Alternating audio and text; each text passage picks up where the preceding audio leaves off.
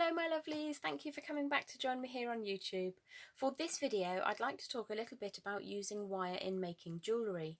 Generally speaking, I tend to work with plated copper, raw copper and sterling silver wires, but there's a whole world of wire out there to explore. There's surgical steel, twisted wire, fine silver, fabric coated, precious metal filled, niobium, titanium and so much more, some of those being hypoallergenic. For the benefit of this video, and for most of the ones that I'm going to upload, I will be referring to handling plated copper wire, which will act pretty much the same as regular sterling silver or raw copper wire. Some wires will be advertised as extra soft or soft, meaning that they've been annealed or treated with heat to make them really fluid in use. I personally would recommend starting out with easily available regular jewellery wire, as both hard and soft wires will come with their own challenges, which you can adapt to a little bit later on once the basics have been mastered. I've often said to treat your materials with the greatest of respect to get the most out of them, and wire is the perfect example. If you treat it right, then you'll have a beautiful piece of jewellery that will last for a long time. Always inspect your wire before beginning a project, checking the surface quality and a few turns of the reel for smoothness.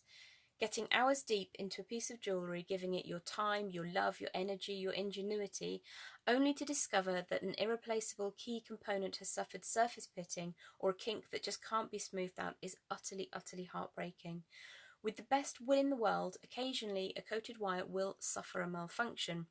That could be due to environmental factors during storage, it could be too cold, too damp, or just be the unlucky reel where the coating system failed during manufacture.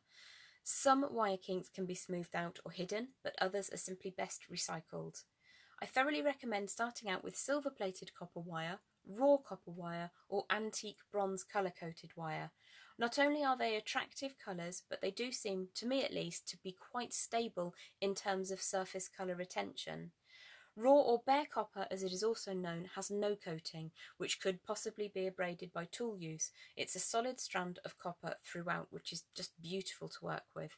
You may alter the colour of raw copper by a process of applying a chemical patina, which gives a lovely antique or aged effect, and we can learn about that at some point in the future. There are a couple of different ways to achieve that. Raw copper is also great for hammering and texturing, as you cannot scar or crack a surface coating, there's none there, and the entire strand is beautiful, warm, reddish pink copper. You can get started in wirework jewellery with just a few key tools, some of which we discussed in the preceding video. I would recommend at least having bent chain nose or flat nose pliers, round nose pliers, and a set of cutters, be they be inexpensive type to begin with, side cutters, and then you can possibly upgrade to flush cutters a bit later on if you decide that this is a project you want to get your teeth into.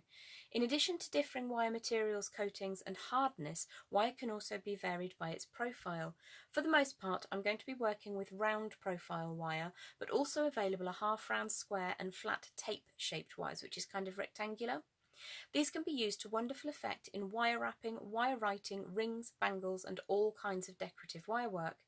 Wire size is measured in its gauge, which is the diameter of the strand. Mostly here in the UK we work in metric, and so I will be referring to wire in millimetre gauge, the most commonly used gauges ranging from 0.25mm up to 1.5mm. My favourite being 0.4, 0.6, 0.8, 1mm and 1.25mm. In the next segment of this video I'd like to share a couple of wire handling hints and tips, as well as a couple of mini demonstrations for you, which I hope you'll find useful and enjoy. I will be right back with you. Hi, welcome back. Sorry there was a slight delay there, minor technical hitch at my end. Me and technology, we don't really get on, so it's hardly a surprise. When you first take your wire from the reel, you may find that it's slightly kinked or a little bit too coily for the use that you might have in mind for it. So you may have heard of wire conditioning, and this is something which just allows you to be a little bit more fluid in the use of your wire. So all I would do is just open that out gently. I want to reuse this section today, so I'm just going to run that between thumb and forefinger 2 or 3 times. This is a 0.8mm. If you repeat this process too many times, you can in fact make the wire a little bit more brittle than you would want it to be, and it may then shatter earlier on in life than it would do otherwise. So just 2 or 3 times, unless it's really very heavily kinked or a much heavier gauge wire. So that wire is now nicely fluid, a little bit warmer, very much smoother, and it just means that when I want that to be a lovely fluid shape, it almost does part of the work for you, and you can really get in there. So if you wanted to do some wire writing, for instance, you do want that to be nice and smooth. So that's just a little handy hint and a bit of a tip to get you on your way.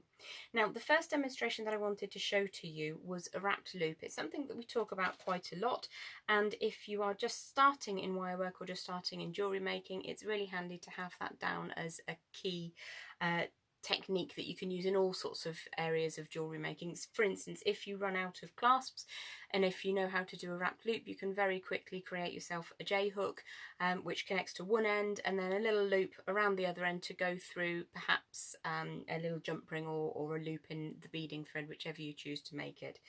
So for this demonstration, I'm using a piece of 0.8mm gauge silver plated copper core wire, and I've just coiled the end around just to act as if it was a head pin. So I'm going to show you a very basic simple wrapped loop. I'm working right now with an 8mm round of golden tiger's eye. Very, very beautiful gemstone. I'm just going to allow that gem to sit close to the bottom. Imagine, if you will, that that's a ball head pin or a flat disc head pin. That just sits into position. I would then use any flat facing pair of pliers with a reasonably tapered end. Free dog hair for you there in the demo today. I'm just going to grip quite close to where the gemstone sits, making sure that it's flush against the base there. Turn that to the side to show you. I'm going to give that a little right angle bend. So once I've got my right angle, I want to change to using my round nose pliers, and if I was using these as earrings, I'd make quite a small loop, which means starting quite close to the tip of the round nose. If I wanted it to be on a slightly more substantial piece of jewellery, I might start a little bit further down and make a much larger loop. So I'm just allowing that to sit as if it's going to be centralised above the straight line that is formed by the rest of the head pin, and draw that round until I get my little loop at the top there. Switching to a flat facing pair of pliers now, what I want to do is ensure that I'm going to grip that loop just with the flat segment of the wires, only on a single strand of wire. Don't press down where the wire crosses over, because you may fatigue the wire and cause that to snap again earlier than it would otherwise have done so. So I'm going to grip that loop quite firmly and then take that tail all the way around. If you're working with a 0.8mm gauge, I like to think that 2 loops is enough to have that become a lasting piece of jewellery. If you are wanting that to be a bit more decorative, you can create a much longer drop neck and add another coil or 2 going all the way around. So I wanted to have those loops quite close together so it builds up quite an attractive neck. And once I've created that little loop section beneath the wrapped loop at the top, I'm just going to come in quite close with my flush cutters, trim away the end, and then I'm going to switch to using 2 sets of pliers for this next section. Again, the flat facing segment of the pliers are sitting only on the rounded part of the loop. I don't want it to touch where the wires cross over, and I'm just going to take a tapered pair of flat facing pliers around in the same direction. Imagine it's like a helter-skelter, and we're just going to smooth that gently, just taking that edge away so that it's nice and flush, and then you know that that's not going to catch on skin or clothes or hair or anything like that. So your finished wrapped loop is then usable as a little charm. You can thread that onto a bracelet, for instance, or you can add that directly into an earring finding for a very, very simple design straight away.